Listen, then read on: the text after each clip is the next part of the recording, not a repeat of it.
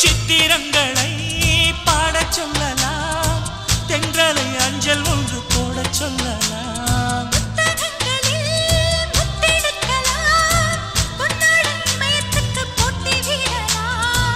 பூமிக்கு பொட்டு வைத்து பார்க்கலாம் பார்க்கலாம், பூவுக்கும் ஆடை தைத்து போடலாமா?